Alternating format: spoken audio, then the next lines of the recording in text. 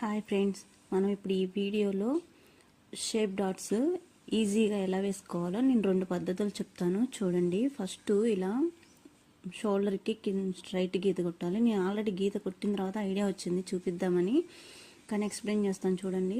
ఇలా స్ట్రైట్గా గీత కొట్టిన తర్వాత ఆ గీతకి అటు అంగుళం ఇటు అంగుళం పెట్టుకోవాలి. ఆ తర్వాత ఆ అంగుళం ఈ అంగుళాన్ని త్రిభుజంగా 2 అంగుళాల హైట్తో గీత గీసుకోవాలి. ఇది మెయిన్ డాటు.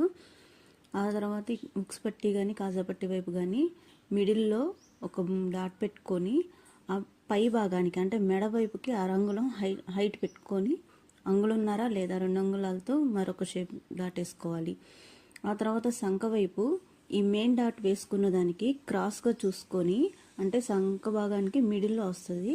ఆ మిడిల్లో వచ్చిన తర్వాత 1/2 ఇంచ్ సంఖ పై భాగానికి పెట్టుకొని 3 అంగుళాల హైట్తో గీత గీసుకోవాలి.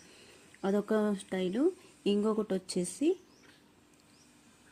ఉక్స్ పట్టి వైపు కానీ కాజా పట్టి వైపు కానీ 2.5 అంగుళాలు వదిలేసి ఆ తర్వాత అంగుళం అంటే 2 అంగుళాల వెడల్పుతో మనం మెయిన్ షేప్ డాట్ వేసుకుంటాము. ఇది కూడా హైట్ వచ్చేసి 2 అంగుళాలు చాలు. వీటిలో కూడా కొన్ని టిప్స్ ఉంటాయండి, అవి మనం ముందు వీడియోలో చెప్పుకుందాము. ఇప్పుడైతే ఇది మెయిన్ ఏ ఏజ్ వాళ్ళకైనా సరిపోయేది అనమాట. ఇట్లా 2 మోడల్లో ఉంటాయి. కంపల్సరీ 2 అంగుళాలు మాత్రం కంపల్సరీ పెట్టుకోవాలి. ఈ విధంగా తీసుకున్న తర్వాత దాన్ని పట్టుకొని ఇలా సంఖ భాగాన్ని పెట్టుకుంటే స్ట్రైట్ లైన్ వస్తుంది. అంటే ఇందాక మనమేమో టేప్తో పెట్టుకున్నాము, అలా కాదు ఇలా కూడా చూసుకోవచ్చు అనమాట. ఏదైనా ఒకటే పద్ధతి, తీసుకునే విధానం వేరు, అంతే అనమాట.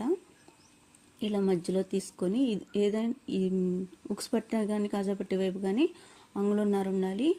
సంఖ వైపు వచ్చేది మాత్రం 3 నుంచి 3.5 హైట్ ఉండాలి. మెయిన్ డాట్ మాత్రం అంగుళంన్నర నుంచి 2 అంగుళాలు కంపల్సరీ హైట్ ఉండాలి. ఇది ఒక బండ